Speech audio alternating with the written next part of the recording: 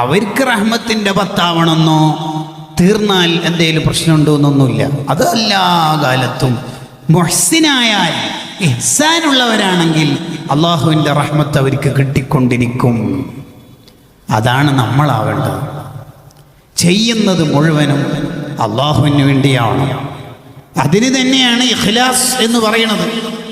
ഹദ്ദാദ് റളിയല്ലാഹു അൻഹു പറഞ്ഞല്ലോ, ഏത് കാര്യം ചെയ്യുമ്പോഴും അത്തഖർറുബു ഇലല്ലാഹ്, ഞാൻ ഈ കാര്യം ചെയ്തതുകൊണ്ട് എൻ്റെ അള്ളാഹുവിലേക്ക് ഞാൻ അടുക്കണം, അള്ളാഹുവിൻ്റെ ഇഷ്ടം കിട്ടണം, അങ്ങനെ ചിന്തിച്ചിട്ടായിരിക്കണം നീ ഓരോ കാര്യം ചെയ്യേണ്ടത്. അതിനാണ് ഇഖ്ലാസ് എന്ന് പറയുന്നത്.